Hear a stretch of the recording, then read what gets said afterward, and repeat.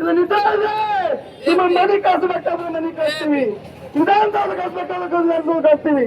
ಇಂಥ ಸಮಾಜಕ್ಕೆ ತಂದಟ್ಟು ಕಣ್ಣಿಗೆ ಸುಣ್ಣ ಹಚ್ಚಿ ಈ ಸಮಾಜಕ್ಕೆ ಒಂದು ದಾರಿ ತಪ್ಪಬೇಕಂತ ಕೆಲಸ ಮಾಡ್ತಾ ಪಾಲ್ಗೊಂಡಂತ ಎಲ್ಲ ಪಕ್ಷದ ಒಂದು ಮರೆತು ಇವತ್ತಿನ ದಿವಸ ಏನು ನಮ್ಮ ಹುಡುಗಾದಂತ ದತ್ತು ಖರ್ಚಿ ಇವರ ಮೇಲೆ ಕೆಲವು ದುಷ್ಕರ್ಮಿಗಳು ಮಾರಕ ಆಸ್ತ್ರಗಳಿಂದ ಇವತ್ತಿನ ದಿವಸ ಕಬ್ಬು ಕಳೆದು ಇವತ್ತಿನ ದಿವಸ ಅವನ ಮೇಲೆ ಹಲ್ಲೆ ಮಾಡಿದನ್ನು ಖಂಡಿಸಿ ಇವತ್ತು ಪ್ರತಿಭಟನೆಯನ್ನು ಮಾಡ್ತಾ ಇದೀವಿ.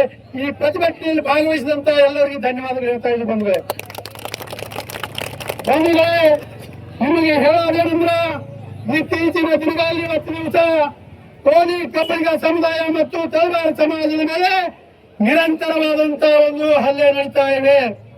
ಇದಕ್ಕೆ ತಾಜಾ ಉದಾಹರಣೆ ಎಂಬಂತೆ ಏನು ಮೊನ್ನೆ 24ನೇ ತಾರೀಕಿನ ದಿವಸ ರಾತ್ರಿ 2 ಗಂಟೆಗೆ ದತ್ತು ಖರ್ಚಿ ಎನ್ನುವಂತ ಆಟೋ ಚಾಲಕ ಇವತ್ತಿನ ದಿವಸ ಅವನಿಗೆ ತಾಯಿ ತಂದೆ ಯಾರು ಇಲ್ಲ, ಒಬ್ಬ ನಿರ್ಗತಿಕ ಹುಡುಗದನ ಅವನ ಮೇಲೆ ಇವತ್ತಿನ ದಿವಸ ಕೆಲವು ದುಷ್ಕರ್ಮಿಗಳು ಇವತ್ತ ಮರಣಾಂತಕ ಹಲ್ಲೆ ಹೆಂಗ್ ಮಾಡ್ಯಾರಪ್ಪ ಅಂದ್ರ ಇವತ್ತ ಏನು ತಲವಾರ್ಗಳಿಂದ ಇವತ್ತ ಹತಾರ್ಗಳಿಂದ ಇವತ್ತ ಕಬ್ಬು ಹೆಂಗ್ ಕಡಿತಾರ ಹಂಗ 39 ಸಲ ಕಳೆದಾರ.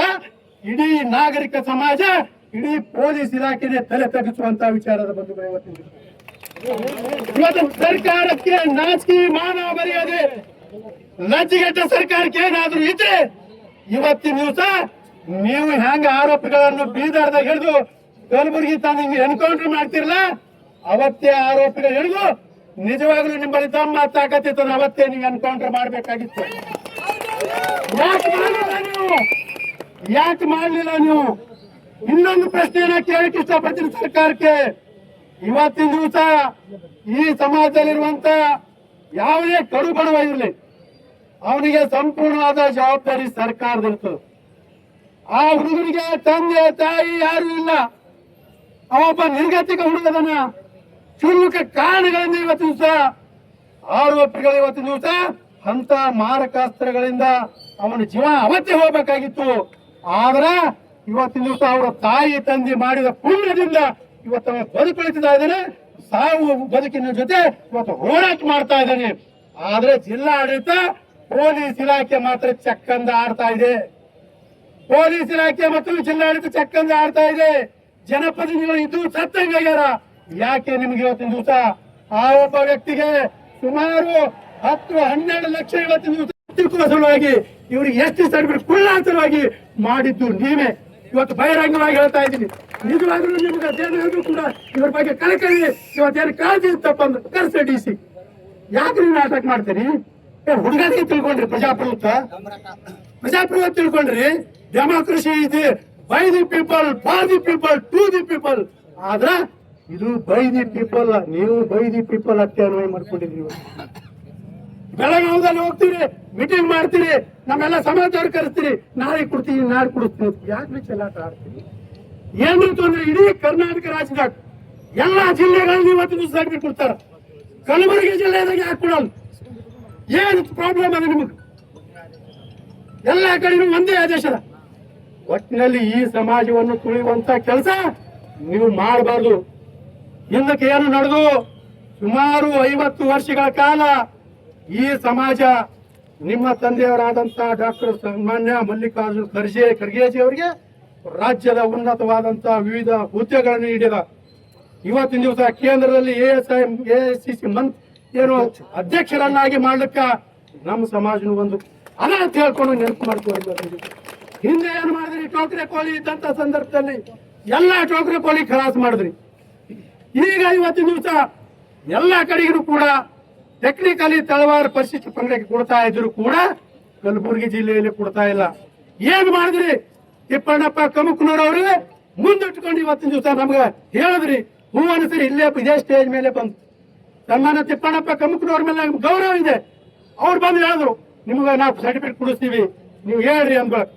ಅವ್ರು ಸರ್ಟಿಫಿಕೇಟ್ ಕೊಡ್ತಾರ ಅಂತ ತಿಳ್ಕೊಂಡು ನಾವು ಇಲ್ಲೇ ಈಗ ಕೊಡ್ತೇವೆ, ನಾಳೆ ಕೊಡ್ತೇವೆ, ಸಂಜೆ ಕೊಡ್ತೇವೆ ಹೇಳಿ ರಾತ್ರಿ ಬಾರದ ಬಂದು ಪೊಲೀಸ್ ದಬ್ಬಾಳಿಕೆಯಿಂದ ನಮ್ಗೆ ಜೇಲ್ ಹಾಕುವಂತ ಕೆಲಸ ಮಾಡಿದ್ರಿ. ಏನು ಅನುಮತಿ ಪಡೆದಂತ ಟೆಂಟ್ ಅನ್ನು ಕಿತ್ತಿ ಒಳಗೆ ಹಾಕಿದ್ರಿ, ನಮ್ಮ ಮೇಲೆ ಕೇಸ್ ಹಾಕಿದ್ರಿ. ಏನೈತಿ ರಿಸಲ್ಟ್ ಇವತ್ತು?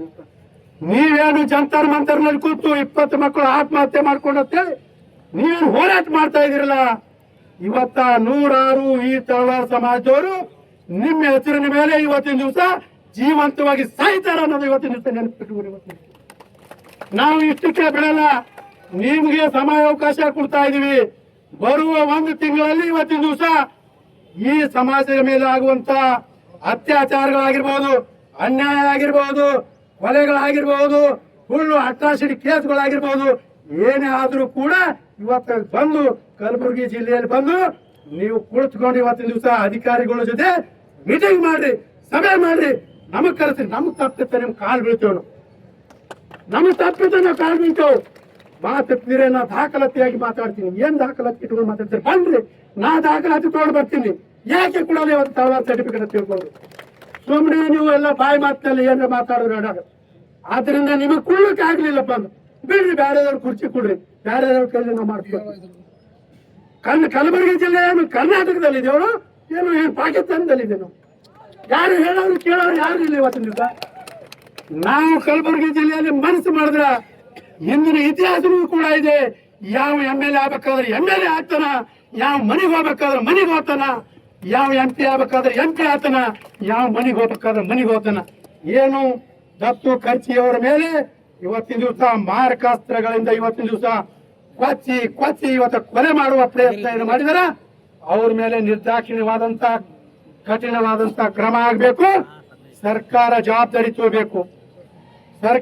ಎರಡು ಕೈ ಆಗ್ಯಾವ. ಜನವರಿ 13ನೇ ತಾರೀಕಿಗೆ ಆಗ್ಯದ. ಹೋದ ವರ್ಷ ಜನವರಿ 13ನೇ ತಾರೀಕಿಗೆ ಆಗ್ಯದ. ನಮ್ಮ ಚಪ್ಪಲಿನ ಹರಿದ CS ಆಫೀಸ್ ಯಾರು ಜವಾಬ್ದಾರಿ?